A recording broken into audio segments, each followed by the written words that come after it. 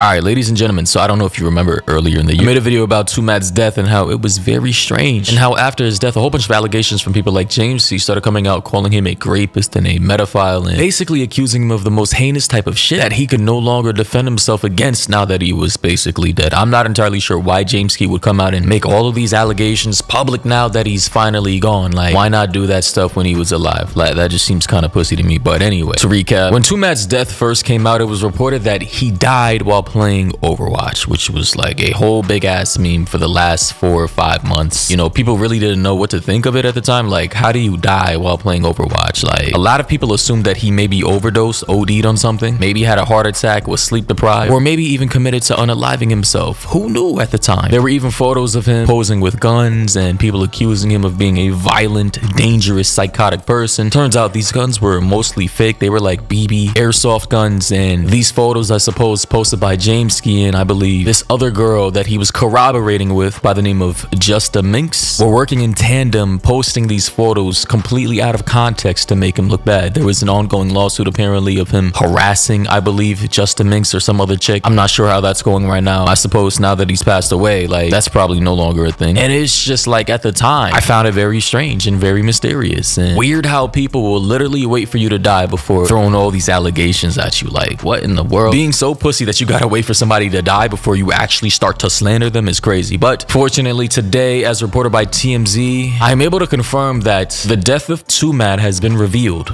confirmed by local law enforcement to be an overdose on morphine. Yes, morphine being the liquid drug they put into your veins at the hospital to make you go sleepy sleep, numb be numb, to reduce pain and all that. Yes, a lot of people get addicted to that stuff after coming out of the hospital or after having serious accidents. It is very common. But they say, according to TMZ, YouTuber Twomad passed away back in February, and now TMZ has learned his exact cause of death: an accidental morphine overdose. TMZ has obtained the County of Los Angeles medical examiner's report, and they say Twomad, his real name being Mudia Sadiq, died from morphine toxicity. And just to let everybody know, as according to Google, common signs and symptoms of long-term morphine abuse include abnormal sleep patterns, chronic drowsiness, depression, difficulty concentrating, frequent and severe constipation, hallucinations, sexual dysfunction, and slurred speech, of which I'm sure Twomad before his death was either showing one or more of these types of symptoms before he passed away. I mean, I don't know if you guys recall the long thread of weird-ass, schizophrenic-ass tweets he was making before his death and how it literally confused everybody who was following him at the time. I mean, just to take everybody down memory lane, some of his tweets were like completely schizo, posting multiple pictures of random-ass guns. I'm not sure why he was doing that, but that seemed very weird. Like, I would have reported him to the FBI if I were a random person who didn't know who he was. Saying things like, I'm about to explode, so many times I've lied, money to fun, I can't escape myself, you don't think I'd get to her, Twomad versus fat weak women so I can get, where you going BITHV, I ain't playing effing games, convention, lose career, no deal, retardio. Like, buddy was just out here posting tweet after tweet after tweet. It was getting so bad. He would eventually say, do not kill yourself. He would post this picture saying, I am irredeemable. He would then shave his entire head off, rocking that almost bald but I don't want to give it up type look. Follower then even said,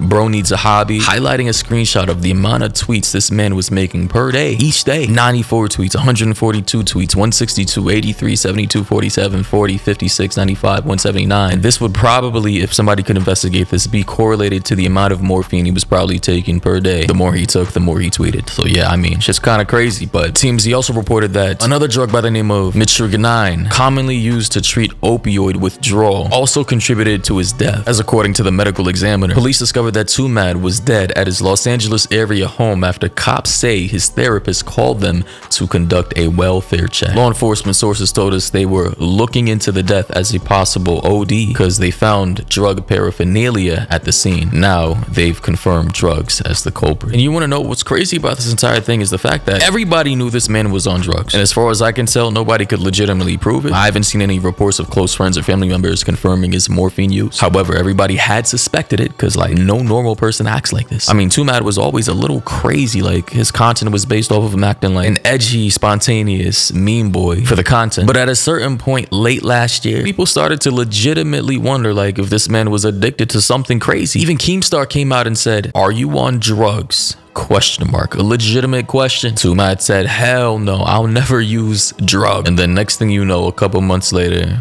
a boy ODs from drugs. Then people came out and said, this didn't age very well. Like, I mean, I assume Twomad was battling his demons. He was going through some depression, maybe some psychotic episodes. I don't know if he had mental illness. Maybe he was severely isolated. I don't know how his upbringing was, his social group, his social life. Don't know what kind of trauma he was experiencing. But what I do want to say is, whatever you're going through right now, if you're watching this video, listen to me very carefully. Please do not use drugs to cope with whatever you're going through right now, because it may be a temporary fix to how you're feeling. It may be a form of sedation to make you feel better. It may be the only way you feel like you can have fun. But I promise you, as soon as you become systemically hooked to that drug and you can no longer function anymore without that drug being in some way, shape, or form inside your system at all times, you're cooked. And then you're gonna have to go to rehab and go through the withdrawal symptoms, which is gonna hurt like hell. So why put yourself through that? Why not just work through the pain, sober, meditate, therapize, introspect, come to terms with your problem, find a solution? It will be hurtful, it will be painful, but I promise you it is worth it, because you will come out on the other side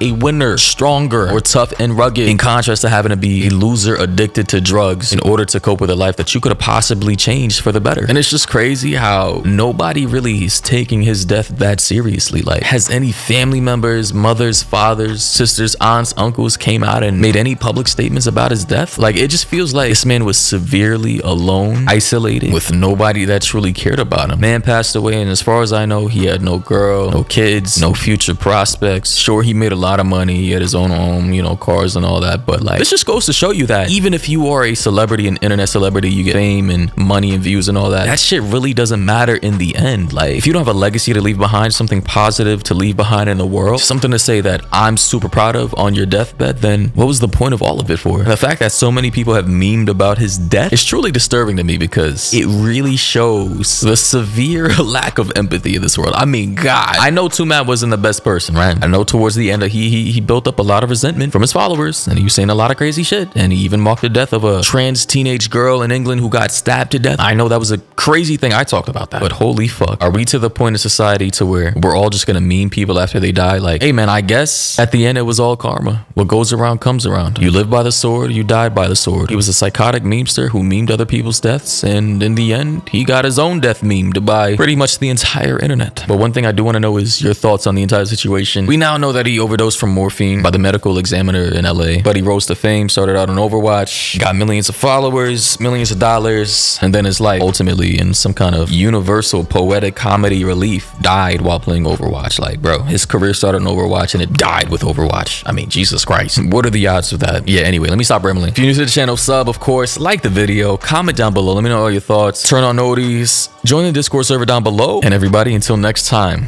stay safe out there.